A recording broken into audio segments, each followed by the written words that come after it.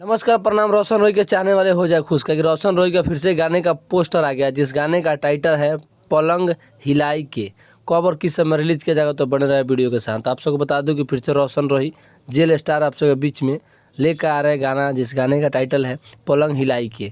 आप सबके बीच में सारेगामा हम भोजपुरी यूट्यूब चैनल पर इस गाने को रिलीज़ किया जाएगा। जिस गाने को गाए हैं रोशन रॉय और साथ में सृष्टि भारती इस गाने को गाई है पलंग हिलाई के।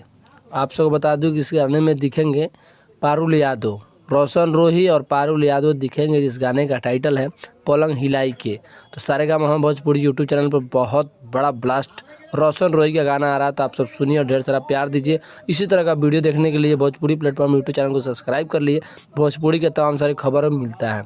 और पलंग हिलाई की इस गाने की बात किया जाए तो म्यूजिक दिए हैं पप्पू भाई, इस म्यूजिक दिए हैं। और गाने लिखने की बात किया जाए, राइटर की बात किया जाए तो राजा रोशन इस गाने को लिखे हैं। और पारुल यादव और जेल स्टार रोशन रॉय इस गाने में दिखेंगे, जिस गाने का टाइटल है पलंग हिलाई के। सारेगामा हम भोजपुरी पे आप सबके बीच में 7 बजे 20 तारीख को सुनने को मिलेगा पलंग हिलाई के।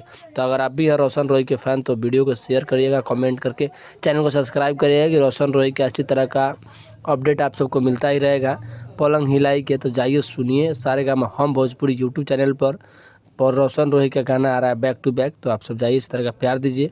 भोजपुरी प्लेटफॉर्म यूट्यूब चैनल को सब्सक्राइब करके रखें, ताकि भोजपुरी के तमाम सारा खबर दिखाया जाता है।